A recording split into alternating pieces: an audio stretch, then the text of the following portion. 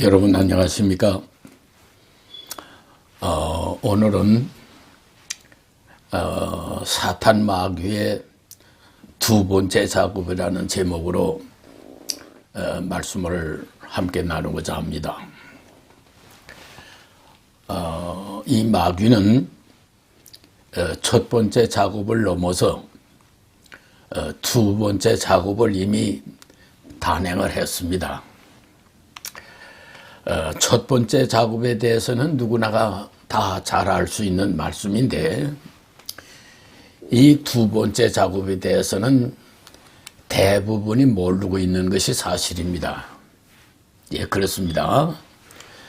그래서 오늘은 그 두 번째 작업은 과연 무엇이며 어떤 일을 또 어떻게 단행했느냐 하는 문제에 대해서 말씀을 드리고자 합니다.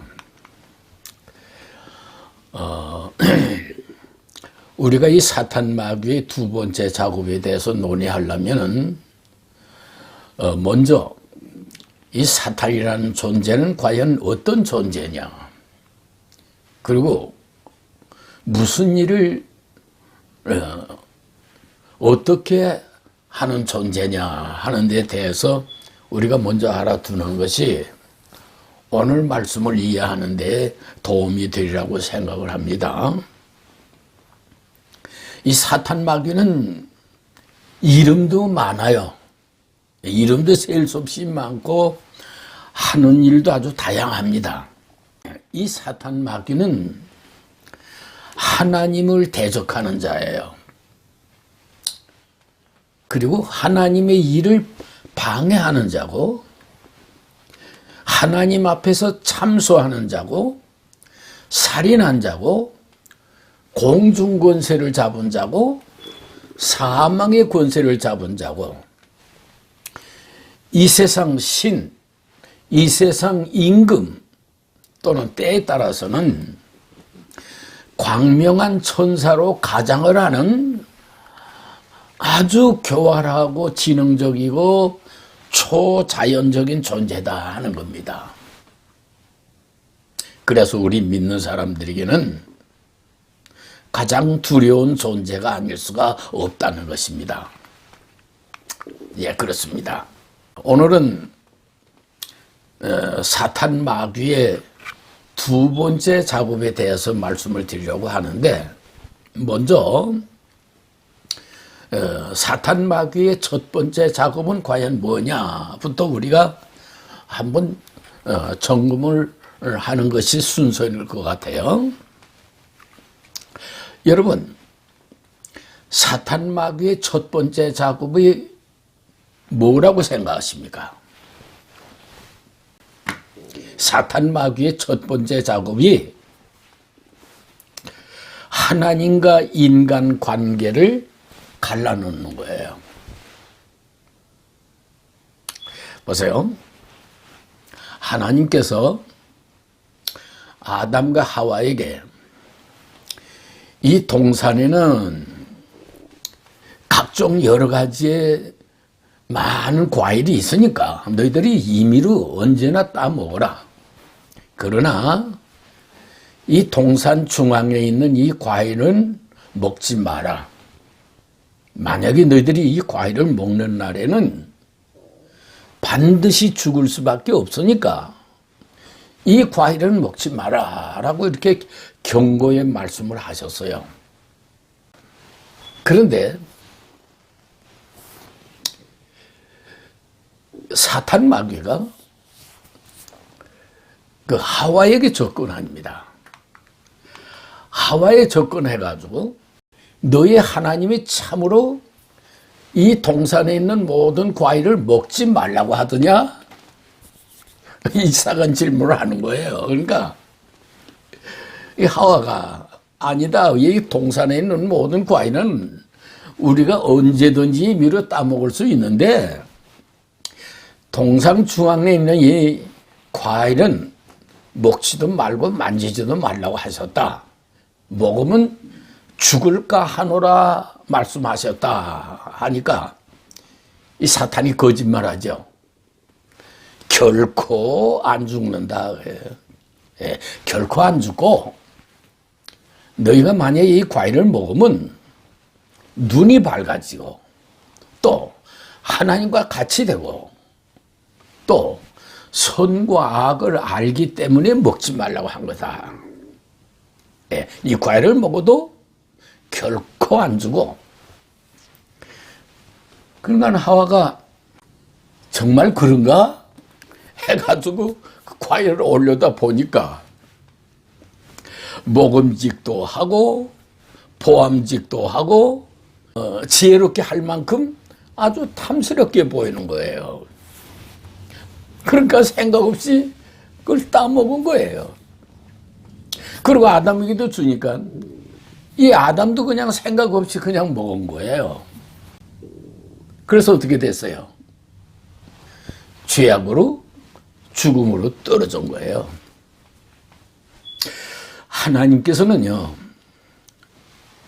죄라 하면 크든 적든 같이 하질 못하세요. 예. 마치 뭐가 같으냐면 빛과 어둠이 같이 하지 못하는 것처럼 하나님께서는 죄와는 같이 못하는 거예요. 죄는 누구의 영역이에요? 사탄 마귀의 영역이에요. 그렇기 때문에 하나님께서는 죄와는 같이 할 수가 없는 겁니다. 그래서 하나님께서 아담과 하와를 에덴 동산에서 쫓겨난 거예요. 뭐 때문에? 죄 때문에. 하나님과 인간 관계는 죄의 담이 가로막혀 있다는 거죠. 죄의 담이 갈라놨다는 거예요. 이사야서 있는 말씀 한 구절 보시죠.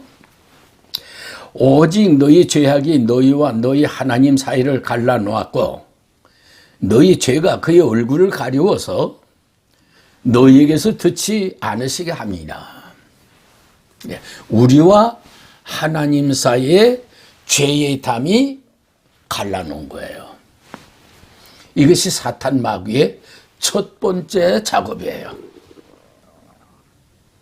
이 세상에 죄가 없는데 아담이 죄를 가지고 들어왔고 죽음이 없는 세상에 죄를 가지고 들어오므로 죽음이 온 거예요.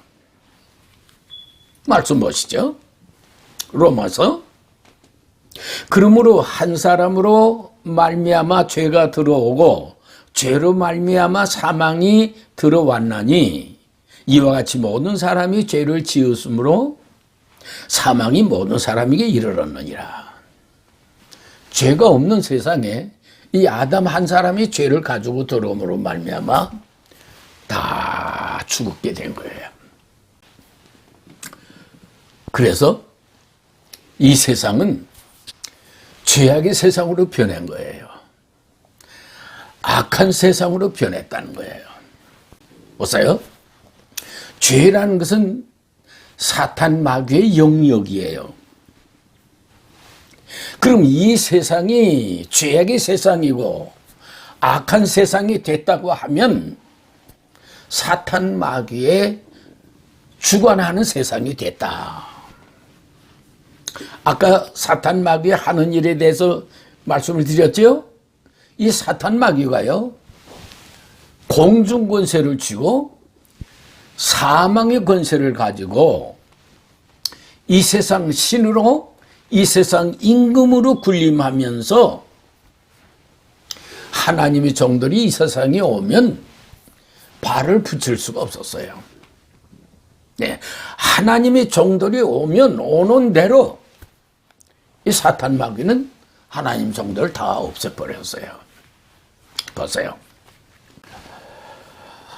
너희 열조가 애굽 땅에서 나오는 날부터 오늘날까지 내가 내 종 선지자들을 너희에게 보내었으되 부지런히 보내었으나, 네, 하나님께서 이 세상에 하나님의 종 선지자들을 많이 보내주시되 그것도 부지런히 보내주셨다는 거예요.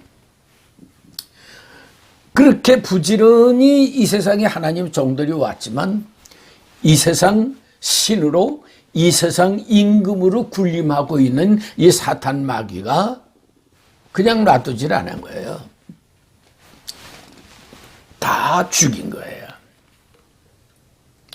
그래서 그런 상황 속에서 엘리야가 하나님께 호소의 기도를 하는 거야.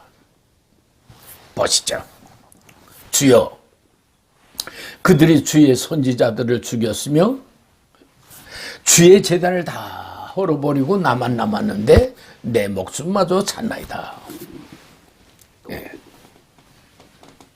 주의 종들, 주의 선지자들을 다 죽였다는 거예요. 그리고 주의 제단도 다 헐어버렸고 지금 나 하나 남았는데 내 목숨마저 찼나이다. 그리고 하나님께 호소의 기도를 하는 거예요. 이렇게 하나님의 종들이 이 세상에 오면 많은 순환을 겪다가 다 죽어간 거예요. 이 사탄 마귀의 최고의 무기가 뭐냐면 이 세상 사망의 권세를 쥐고 사람의 생명을 빼앗는 거예요. 죽여버리는 거예요. 여러분, 사람이 죽음 앞에서 담대한 사람이 있을까요? 예, 죽음 앞에는 다 약해져요. 죽음 앞에서는 무릎을 꿇지 않는 자가 없는 거예요. 이 사탄 마귀가 이렇게 사망의 권세를 쥐고 사람의 생명을 이렇게 죽이는 거예요. 여러분 보세요. 아담이 영생할 수 있었잖아요. 그 아담을 죽인 게 누구예요? 사탄 마귀예요. 그래서 아담의 후손들이 다 죽음으로 죽음에서 벗어나질 못하고 있는 것이 사실이다 하는 거예요. 그래서 히브리서 2장 15절에 있는 말씀 보면은 죽음을 두려워함으로 일생 사탄에게 매여 종로를 하는 게 인간이다. 죽음을 두려워함을. 이런 사망의 권세를 쥐고 있는 게 사탄 마귀다 하는 거예요.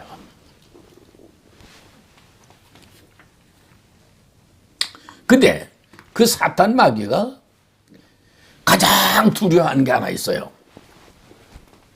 그게 뭐냐면 우리 인간이 하나님께 가까이 가고자 하는 것을 가장 두려워하는 거예요.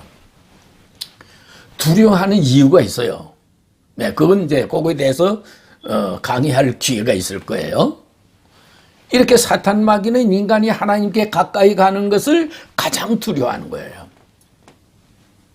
그래서 하나님께 가까이 가고자 하는 자가 있으면 여러 가지 시험을 주고 온갖 고통을 주면서 가까이 가지 못하도록 주저앉혀 놓으려고 온갖 수단과 방법을 가리지 않냐고 그렇게 역사하는 게 사탄 마귀예요. 그러나 보세요. 그러나 개 중에는 투철한 믿음을 가지고 있는 사람들이 있죠. 그렇죠? 예, 투철한 믿음을 가지고 죽으면 죽으리라 하는 그런 믿음을 가지고 주님께 가까이 나갈 적에 이 사탄 마귀가 더 이상 어떻게 어떤 방법으로 어떻게 방해 공작을 해도 통하지 않는 사람이 있다 그 말이에요. 그 사람의 그 신념과 믿음을 빼앗을 방법이 없다. 이렇게 판단이 됐을 적에는 어떻게 하죠? 죽여버리는 거예요. 사탄의 마귀의 무기가 최고의 무기가 죽이는 거예요. 그래서 순교자가 나오는 거예요. 순교자. 이 순교자는 주를 위해서는 자기 생명을 버릴 수 있는 자. 이런 사람들이 순교자예요. 예, 그렇습니다. 자, 그럼 보세요. 그러면 이렇게 하나님의 종들을 죽이고 고통을 주는 이렇게 만행을 저지르는 사탄 마귀를 하나님께서는 그냥 언제까지 그냥 보고만 계실까요? 그럴 수 없죠. 그래서 하나님께서는 이 사탄 마귀를 완전히 멸할 수 있는 지혜를 이미 가지고 계셨어요. 그렇습니다. 아무도 모르게 홀로 감추어둔 비밀의 지혜가 있었어요. 그 지혜로 사탄 마귀를 완전히 멸하기 위한 지혜다 하는 거예요. 그 지혜가 뭘까요? 그것이 바로 예수님의 십자가라는 거예요. 예수님의 십자가를 하나님께서 그렇게 아무도 모르게 감추어두었던 비밀의 지혜예요. 그래서 예수님이 십자가에 당하시기 전에 하나님께 최후의 기도하시죠.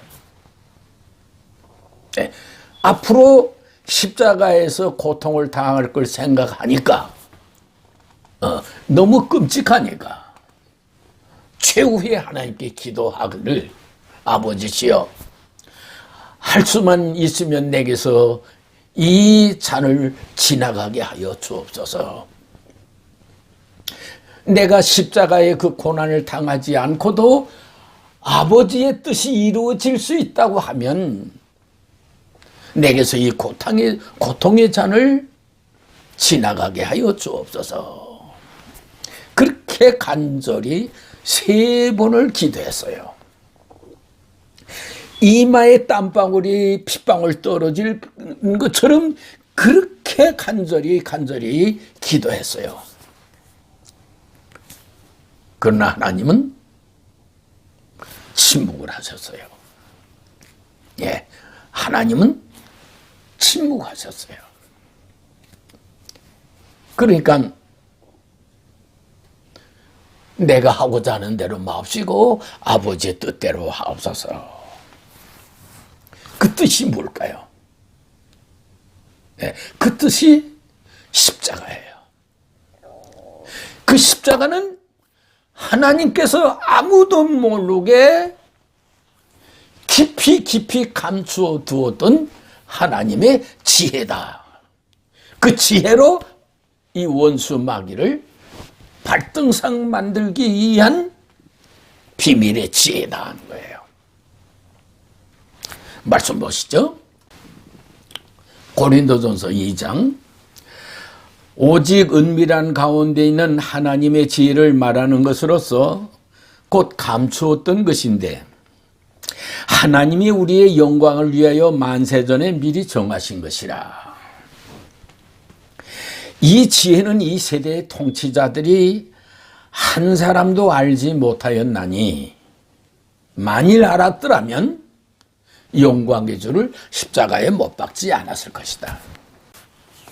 하나님께서 은밀하게 감추어둔 비밀의 지혜가 있다고 그랬죠. 그렇죠? 그 지혜가 뭐죠? 그 답이 8절에 있어요. 보세요. 이 지혜는 이 세대의 통치자들이 한 사람도 알지 못하였나니 만일 알았더라면 영광의 주를 십자가에 못 박지 않았을 것이다. 예수님을 십자가에 못 박는 자들이 하나님의 감춰둔 그 지혜를 몰랐다는 거예요. 그렇죠? 몰랐기 때문에 예수님을 십자가에 못 박았다는 거죠. 그럼 알았더라면 예수님을 십자가에 못 박지 않은 거예요. 그러니까 이 십자가가 하나님이 감춰두었던 비밀의 지혜요. 그것이 바로 예수님의 십자가다 하는 거예요. 그래서 그 하나님의 비밀을 몰랐기 때문에 예수님이 십자가에 못 박은 거예요. 여러분들 보세요. 사탄 마귀의 최고의 무기가 뭐라고 그랬죠? 예, 사람이 생명을 빼앗는 거예요. 그래서 예전부터 하나님의 종들이 와서 시끄러우면 잡아 죽여버리면 조용해지고, 또 시끄럽게 하면 죽여버리면 조용해진 거예요.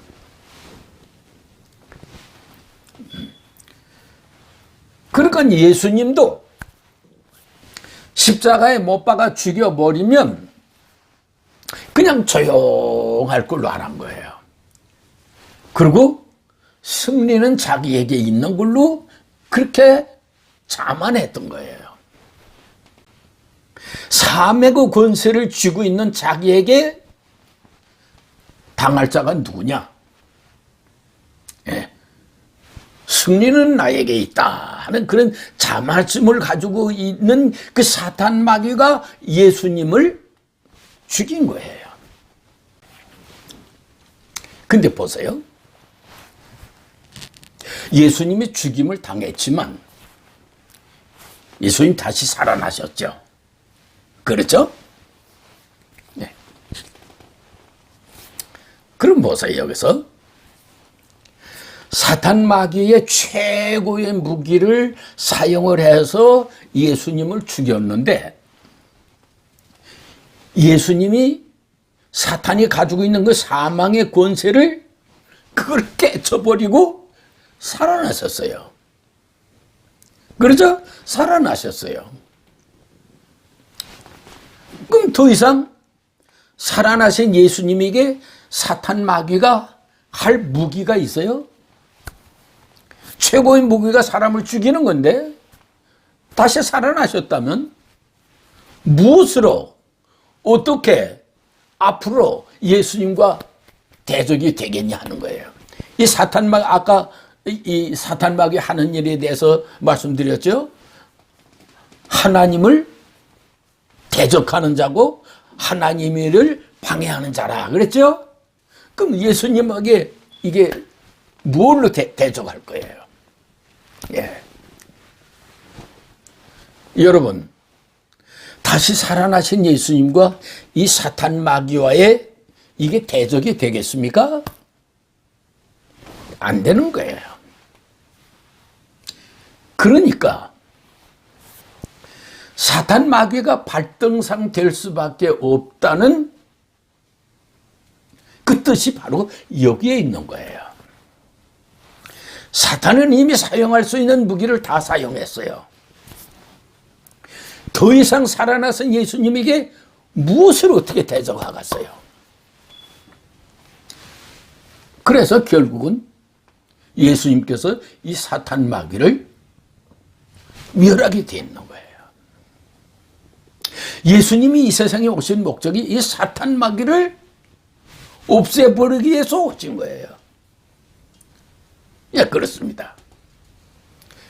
예수님이 오신 것이 아까 말씀드렸듯이 죽음 앞에 두려움으로 일평생 매여서 종로로 다른 우리를 놓아주게 하기 위해서 예수님이 오셨다 그랬어요. 예.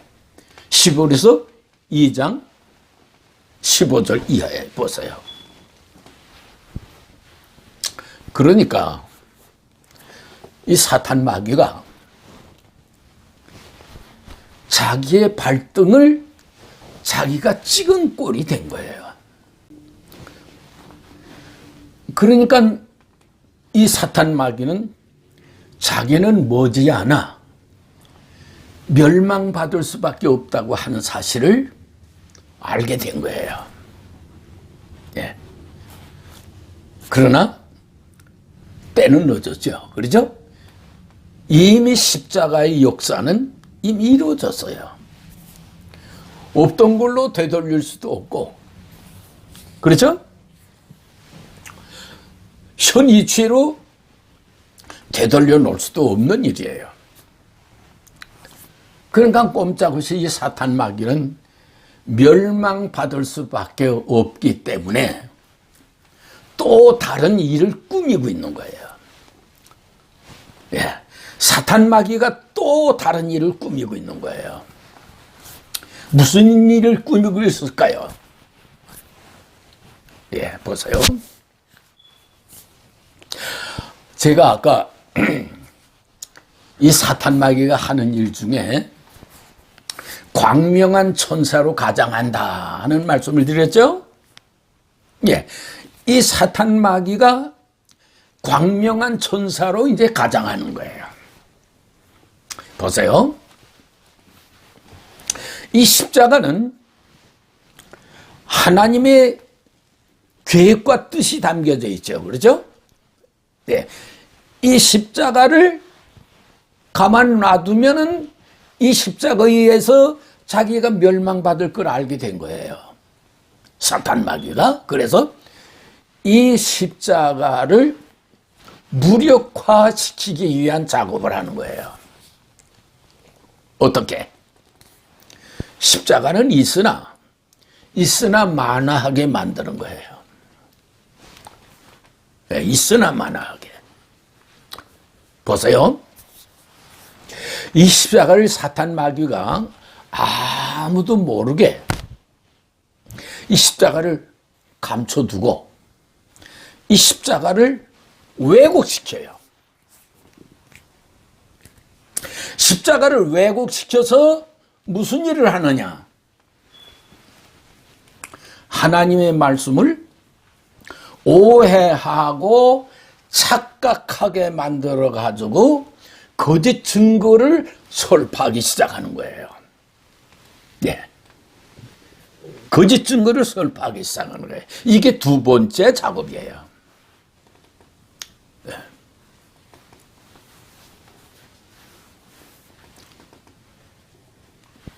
여러분 보세요. 사탄 마귀가 첫 번째 작업에서 하나님과 인간 관계를 갈라놓는 것이 이건 이 얘기를 하려면 상당히 광범위하기 때문에 다 못하겠고 결국은 사탄 마귀가 쓸 자리가 없게 됐기 때문에 쓸 자리가 없다는 게 뭐예요? 예, 하나님께서 아담에게 너는 생육하고 번성해서 이 땅에 충만하라 그랬어요. 그러니까 하나님의 백성들로 이 세상을 번창해가지고 이 세상을 장악하라 한 거예요. 그렇게 되면 사탄 마귀는 있을 것이 없는 거예요. 네, 있을 것이 없는 거예요. 그래서 결사적으로 아담과 하나님 사이를 갈라놓은 거예요. 여기에서도 사탄 마귀가 자기의 멸망이 얼마 남지 않았다는 것을 알기 때문에 최후로 십자가를 감춰두고 그 십자가를 왜곡시켜가지고 잘못된 진리를, 잘못된 거짓된 진리를 설파하기 시작한 거예요. 여기서 우리가 잘 이해를 해야 되는 거예요. 네.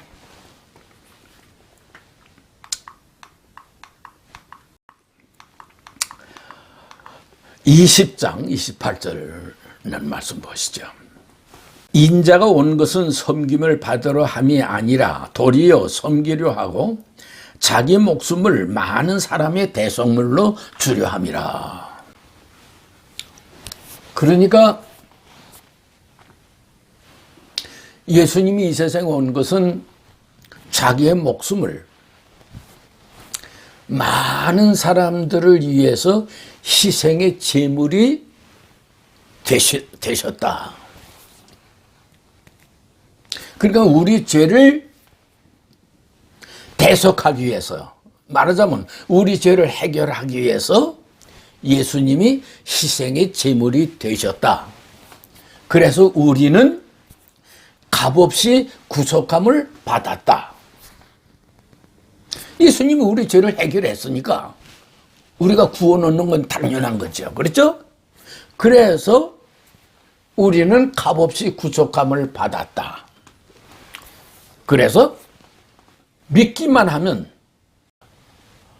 하나님께서 우리에게 의롭다고 선언해 주시고 의롭다고 칭의해 주시기 때문에 우리는 영원한 구원을 이루는 것이다 하는 것이 오늘날 구원론이에요. 기독교의 구원론의 초석이 됐어요. 그렇죠? 그리고 이렇게 우리가 구원을 받았지만 우리는 여전히 죄인의 몸으로 죄악의 세상에 살아가면서 죄를 짓는다 할지라도 하나님께서 우리를 한 번 의롭다고 선언해 주셨기 때문에 우리는 하나님 앞에서 영원토록 의인이 되는 것이다. 이렇게 가르치고 있고 우리는 다 그렇게 알고 그렇게 믿고 있죠. 그렇죠? 또 한 가지는 은혜 하면은 은혜라고 하는 것은 우리가 무슨 일을 해서 그 대가를 받는 건 은혜라고 하지 않죠? 그러니까 은혜라고 하는 것은 아무것도 한 것이 없는데 그냥 주어지는 것이 그게 은혜라고 하는 것이다. 그러니까 예수님께서 우리 죄를 다 대속하시고 우리의 구원을 성취해 놓으셨기 때문에 우리 인간이 무슨 힘쓰고 애쓰고 노력할 필요가 없이 그냥 믿기만 하면 하나님께서 은혜를 주어서 우리에게 구원을 주신다. 그렇죠? 그래서 우리는 다 그렇게 알고 있고 우리는 다 구원 얻은 걸로 알고 있다 하는 거예요. 이것이 오늘날 기독교의 구원론이에요. 만약에 누가 이 구원론을 부정하게 되면은 그 사람 이단으로 잘릴 만큼 이 구원론이 오늘날 기독교의 대세가 된 거예요. 그렇죠? 대세가 된 거예요.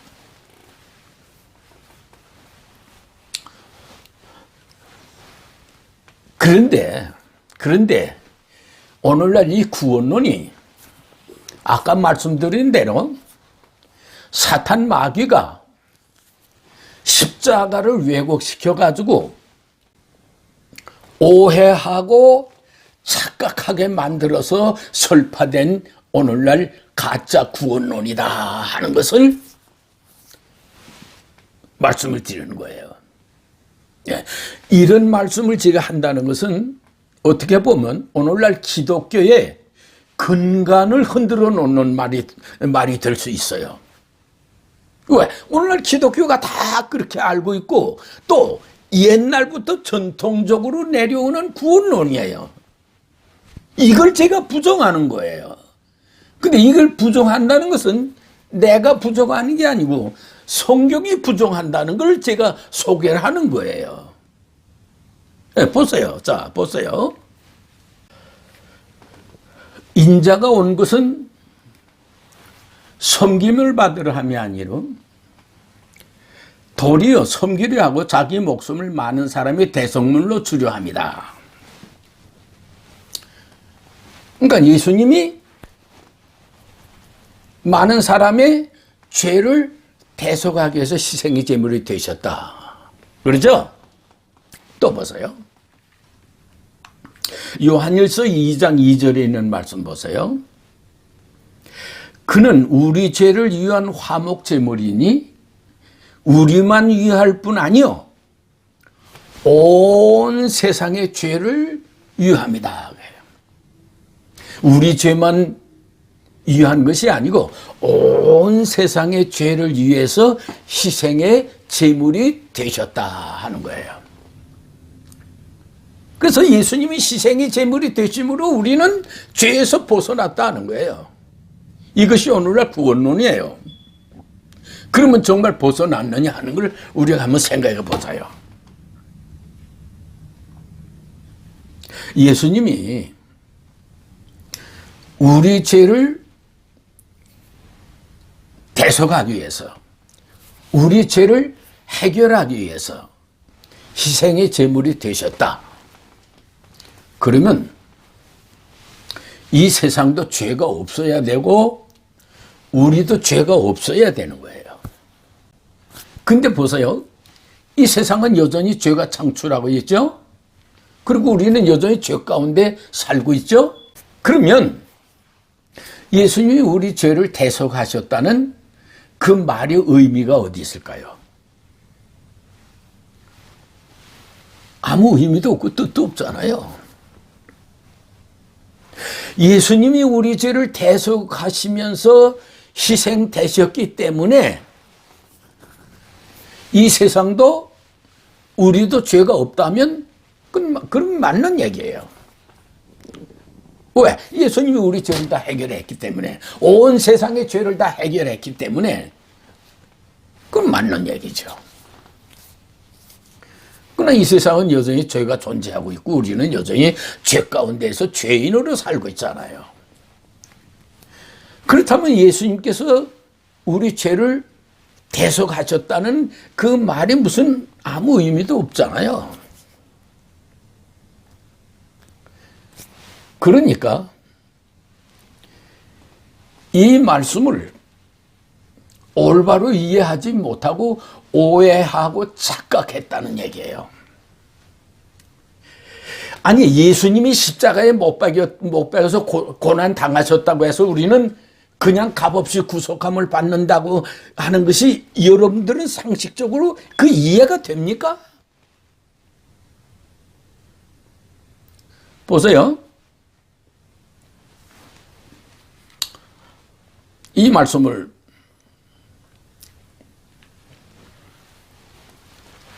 보세요.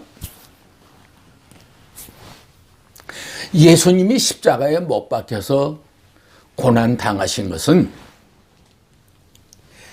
당신의 생명을 우리에게 주기 위해서 희생을 당하신 거예요. 여기에 대해서요, 내가 지난 시간에 아주 정확하게 말씀을 드렸어요. 예수님이 십자가에 고난을 당하셨다고 해서 우리는 그냥 저절로 값없이 구원 얻는 게 아니고, 예수님께서 주시고자 하시는 그 생명을 받는 자가 구원이고, 그 생명을 받지 못하면 구원이 없다라고 하는 것을 제가 성경 말씀을 들어서 지난 시간에 아주 분명하게 말씀을 드렸어요. 그러니까 오늘 이 말씀, 예수님이 우리 죄를 대신해서 죽으시면서 우리 죄를 다 대속하셨다 하는 그 말씀은 오해하고 착각하는 것이라 하는 겁니다. 또 보세요. 그리고 우리가 구원을 받았다 할지라도 우리는 죄인이기 때문에, 죄를 짓는다 할지라도 하나님께서 우리를 의롭다고 선언해 주셨기 때문에 우리는 하나님 앞에서 의인으로 살아가는 것이다. 그래요. 여러분 보세요. 구원 받았는데, 구원 받았지만 죄인이라는 얘기가 여러분들 그게 말이 된다고 생각하십니까?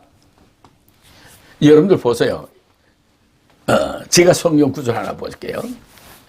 요한일서 3장 8절에 있는 말씀 보세요. 죄를 짓는 자는 마귀에게 속하나니 마귀는 처음부터 범죄함이라. 죄를 짓는 사람은요, 마귀에게 속하는 거예요. 여러분들, 우리가 구원을 받아야 될 이유가 뭐죠? 왜 우리는 구원을 받아야 됩니까? 우리는 죄에 매여 있기 때문에, 사망의 권세 아래에 있기 때문에 우리는 그래서 구원을 받아야 되는 거예요. 네. 그리고 구원이라는 건 뭐죠? 네. 그 죄의 사슬에서 벗어나는 것이 구원이에요. 네. 죄의 사슬에서 벗어나는 게 구원이에요. 또 구원이라는 건 하나님의 나라가 이루어질 때 하나님의 나라에 들어갈 수 있는 자격을 얻고자 하는 것이 구원이에요. 그런데 우리가 구원을 얻어서도 죄인으로 살아간다는 말이 무슨 말이냐 이 말이에요. 죄인이 구원을 얻을 수 있어요? 그리고 죄를 져도 하나님께서 한번 선언해 주셨기, 의롭다고 선언해 주셨기 때문에 우리는 영원토록 하나님 앞에서 의인이 되는 것이다. 이게 정확한 표현을 말하자면 사탄 마귀의 소리예요. 사탄 마귀의 사탕 발림의 거짓 구원론이에요. 예.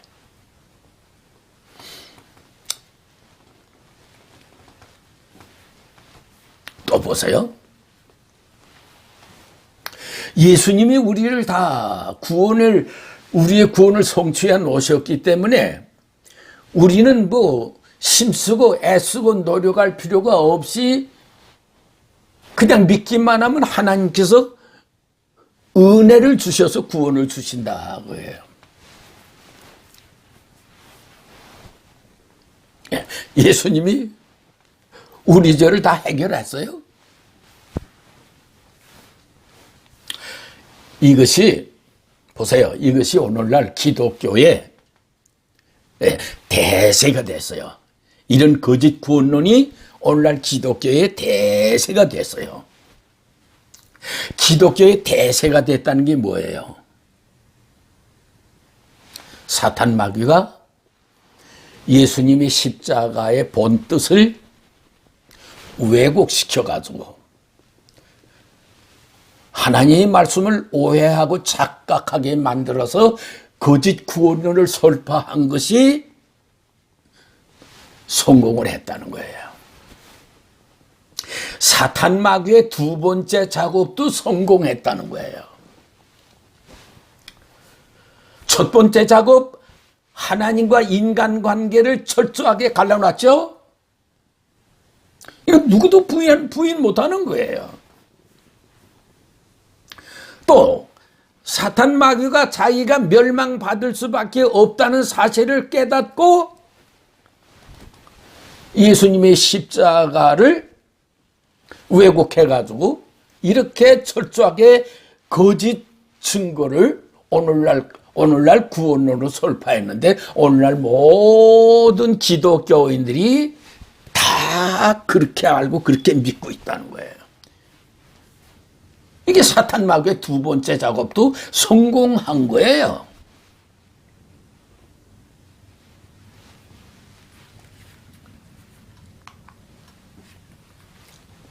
자, 그러면 보세요. 그러면 십자가의 본연의 뜻이 뭐냐 하는 거예요.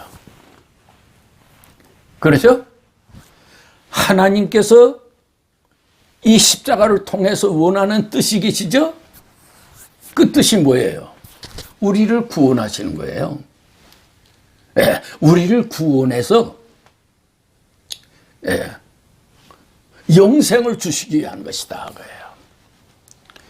그럼 구원의 하나님이 원하시는 구원의 참뜻은 무엇이냐?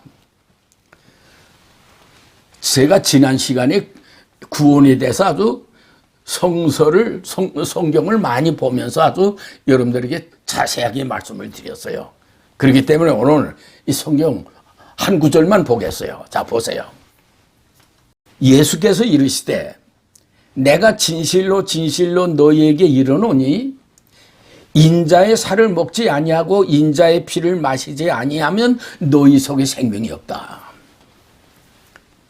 여러분, 너희 속에 생명이 없다는 게 뭐예요? 예수님의 생명을 얘기하는 거예요.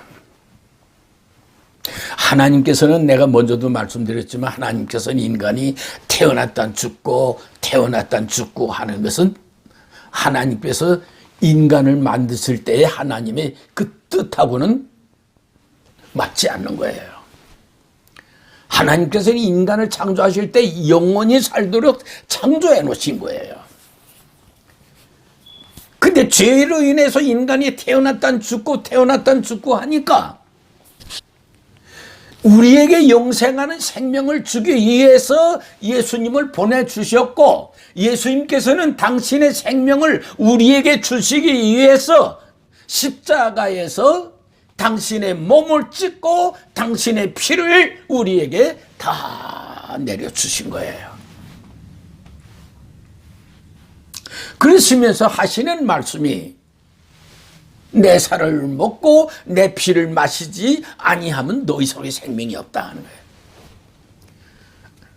예수님을 먹는다는 건 뭐예요? 예수님의 생명을 먹는 거예요. 예수님의 생명을 받는 거예요. 이걸 이해를 해야 돼요. 그래야 구원이 뭔지를 아는 거예요. 예수님이 십자가에 못 박였다고 해서 우리의 죄가 다 해결됐다고 생각하십니까? 주여 믿습니다 그러면 우리 죄는 다 증발이 됩니까? 예수님 분명 말씀하시죠. 인자의 살을 먹지 아니하고 인자의 피를 마시지 아니하면 너희 속에 생명이 없다는 거예요. 네.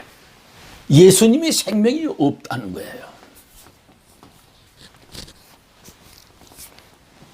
보세요. 한 구절 더 보겠습니다.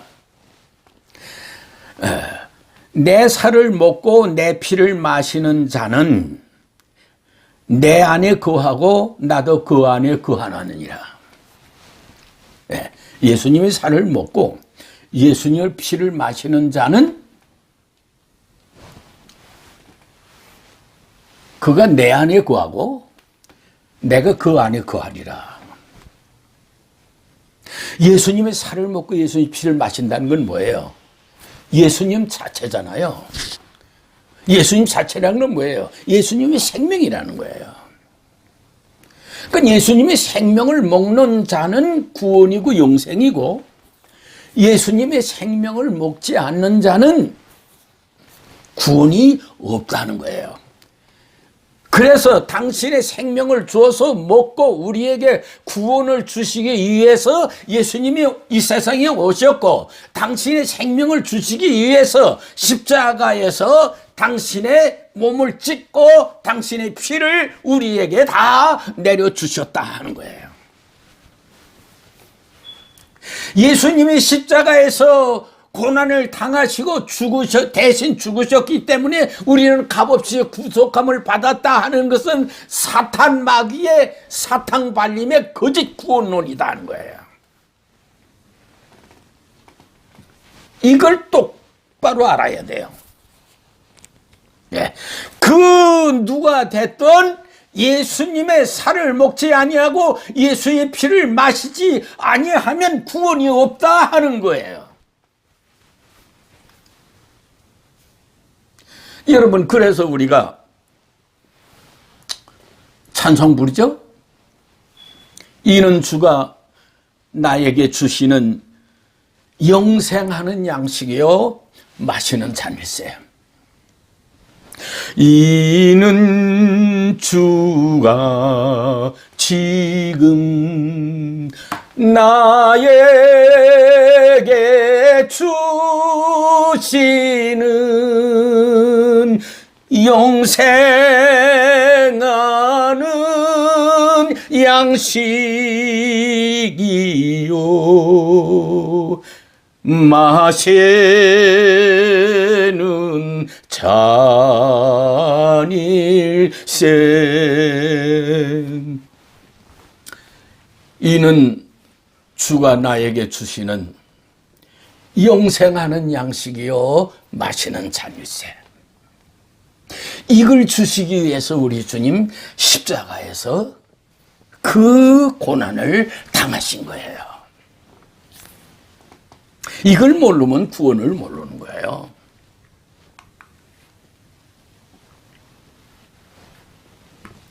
그럼 이렇게 명확한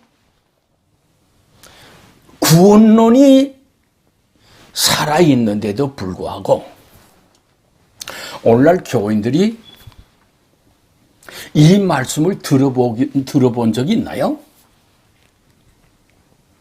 오늘날 이 말씀을 알고 있는 분들이 계시나요? 들어보지도 못했고 알고 있는 사람도 없다는 거예요. 왜?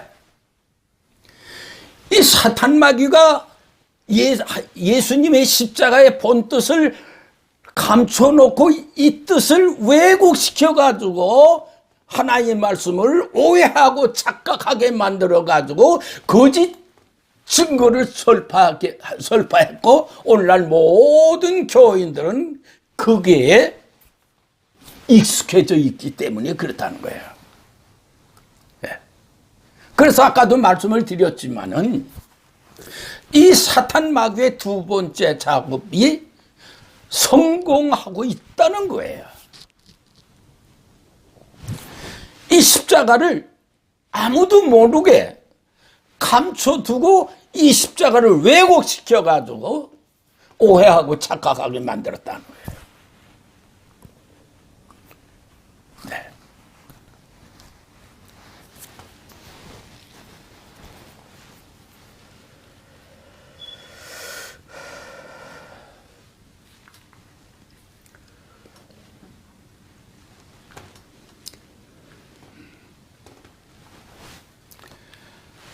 그래서 우리는 하나님의 말씀을 이해하는 데에는 하나님의 말씀에 의해서 우리는 판단을 하고 깨달아야 되는 거예요. 여러분 명심하시기 바랍니다. 자, 아까도 말씀드렸죠. 사탄 마귀가 광명한 천사로 가장을 해가지고 교회 안에 지금 틀을 잡았다 말씀을 드렸어요.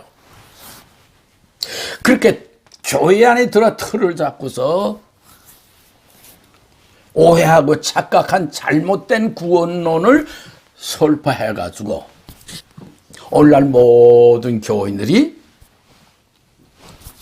다 거듭났고 구원 얻은 것으로서 다 그렇게 알고 있는 거예요.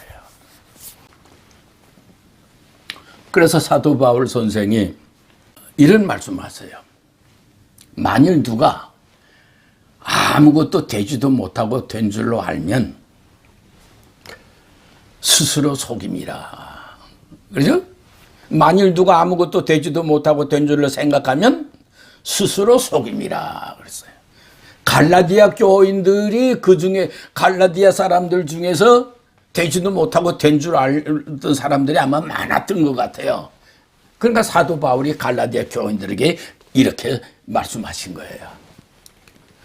오늘날 많은 교인들이 되지도 못하고 된 줄로 알고 있는 교인들이 얼마나 많은지 말할 수도 없어요.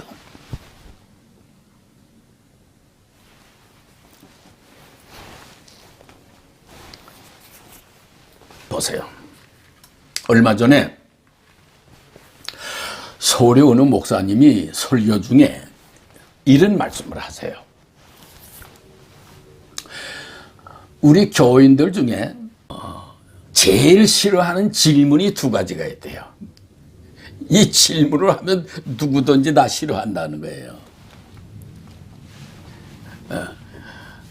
그 첫 번째 한 가지가 뭐냐면 당신 구원 받았어? 이런 질문을 싫어한다는 거예요. 다른 사람들은 모르지만 본인은 잘 알잖아요. 자기 스스로는 잘 알잖아요. 이 죄악에 묻혀서 살아가는 죄인인데 막상 당신 구원 받았어 하니까 사람은 다 양심이 있잖아요. 그죠? 그 양심상 그래서 나 구원 받았어 할 사람이 있겠느냐 하는 거죠. 예. 요즘 그 양심이 마비된 사람들이 아주 많이 있죠. 그렇죠? 그런 사람들 말고 올바른 양심을 가지고 있는 사람이 그래서 나 구원 받았어 할 사람이 있겠느냐는 거예요. 그러니까 그런 질문을 싫어한다는 거죠. 그 다음에 두 번째 질문은 뭐냐? 당신 거듭났어? 이런 질문도 싫어한다는 얘기예요. 오늘날 교인들이 거듭남이라는 건 뭔지도 모르잖아요. 거듭남에 대해서는 아는 게 없는데 막상 당신 거듭났어 하니까 당황할 수밖에 없는 거죠. 거듭남에 대해서는 아는 게 아무것도 없는데 당신 거듭났어 하니까 그것도 역시 올바른 양심을 가지고 있는 사람이 그래서 나 거듭났어 할 사람이 있겠느냐 하는 것을 말씀하고 있는 거예요. 여러분 보세요. 예수님께서 이 거듭남에 대해서 아주 분명하게 말씀하셨어요. 누구든지 성령과 물로 거듭나지 아니하면 하나님 나라에 볼 자도 없고 갈 자도 없다. 이렇게 아주 분명하게 말씀하셨어요. 그러니까 우리 믿는 사람들에게는 이 거듭남에 대해서 대단히 중요한 말씀이죠. 그러니까 이렇게 중요한 말씀을 목사님들이 그냥 덮어놓고 지나갈 수는 없으니까 개중에는 목사님들이 이 거듭남에 대해서 그 강의하는 것을 들은 적이 있어요. 그걸 좀 들어보니까 이 사람은 이 말하고 저 사람은 저 말하고 중구난방이에요. 보세요. 진리는 하나예요. 진리는 하나인데 이 사람은 이 말하고 저 사람은 저 말한다는 게 뭐예요? 모른다는 얘기예요. 모른다는 얘기예요.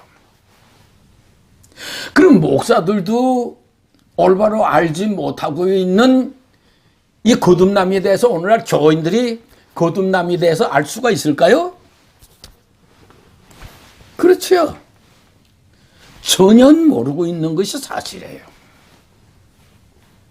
그러면 거듭남이 뭔지도 모르는 사람이 거듭날 수 있다고 생각하십니까, 여러분?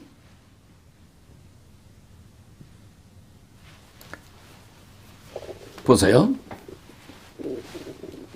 거듭남이 뭔지 정말 명확하게 알고 100% 안다 할지라도 거듭난다는 게요, 그렇게 쉬운 문제가 아니에요. 제가 이제 앞으로 거듭남에 대해서 자세하게 설명할 거예요. 거듭남에 대해서 잘 안다 할지라도 거듭난다는 게 그렇게 쉬운 문제가 아니에요, 여러분. 알아도 쉬운 문제가 아닌데 모르는 사람들이 거듭날 수 있느냐 하는 거예요.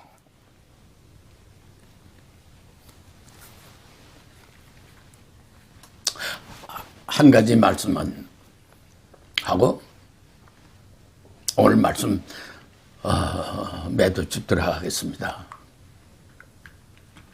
여러분 이단 신천지 잘 아시죠? 그 이단 신천지에서 10만 명의 교인을 입교식 한다 하는 그런 뭐 행사를 한 적이 있었죠. 그렇죠? 근데 그들이 10만 명이라는 그 숫자가 얼마나 정확한 건지는 모르겠어요. 아무튼 그 10만 명이라고 하면은 그 중에 80%는 기성교회들에서 믿음 생활하고 있던 사람들이 그걸로 그렇게 넘어간 거예요. 성경 말씀 한 것을 보겠습니다. 요한계시록 21장 1절에 있는 말씀인데요. 또 내가 새 하늘과 새 땅을 보니 처음 하늘과 처음 땅이 없어졌고 바다도 다시 있지 않더라. 여기 새 하늘과 새 땅은요, 그 이단 신천지에서 자기네들이 새 하늘과 새 땅이라는 거예요. 자기네들이 새 하늘과 새 땅이고, 여기에 처음 하늘과 처음 땅은 없어졌다고 그랬죠. 그러니까 이 처음 하늘과 처음 땅은 기성교회들이라는 거예요. 그러니까 처음 하늘과 처음 땅이 없어지는 것처럼 이 기성교회들은 이제 머지않아 다 없어진다 그거예요. 그러니까 없어지기 전에 빨리 그 교인들을 추수해 와야 된다 하는 것이 그들의 주장이에요. 그래서 전도 목표가 기성교회 믿는 사람들이에요. 그래서 80%가 넘었지 못되지는 않을 거라고 저는 보고 있어요. 네, 그렇게 많은 사람들이 이렇게 몰려간 거예요. 자, 그러면 여러분들 여기서 좀 생각을 해보자는 거예요. 그러면 그 많은 사람들이 왜 글로 그렇게 넘어갔을까요?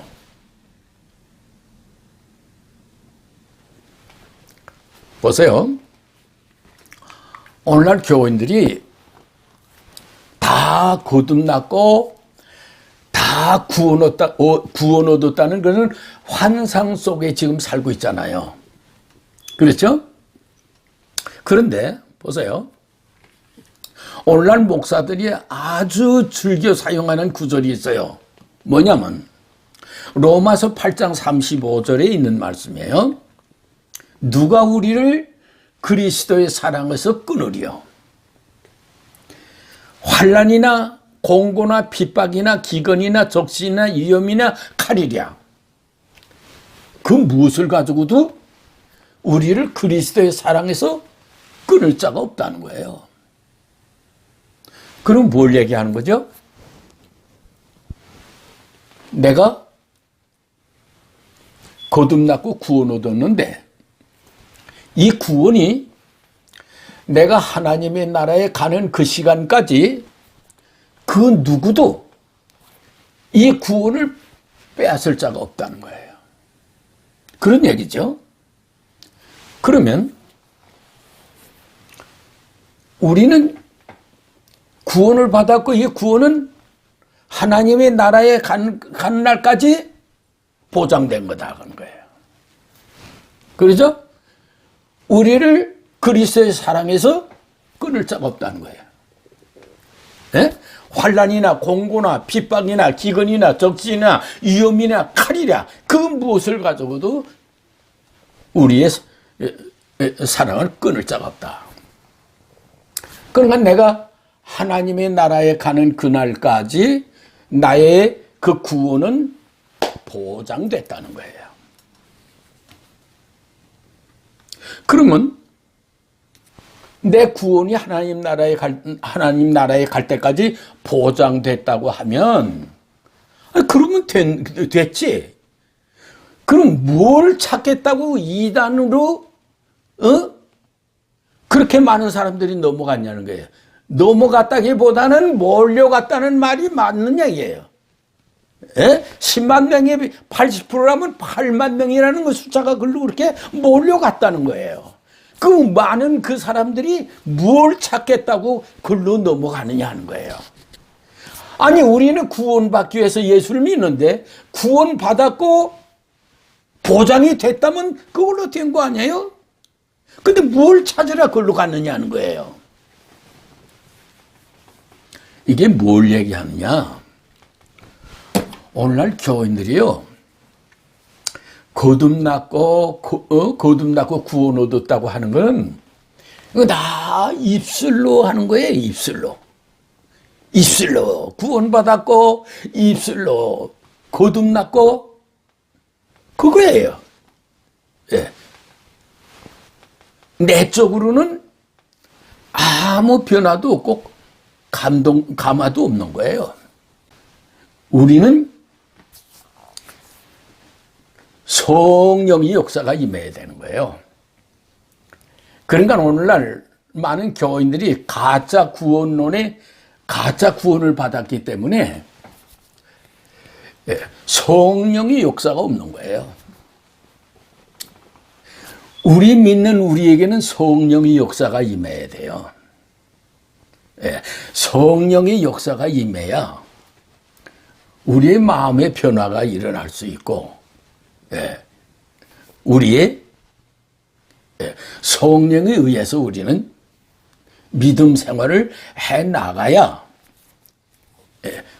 그 믿음이 올바른 믿음이고 주님이 같이 하시는 믿음 생활이 된다는 겁니다.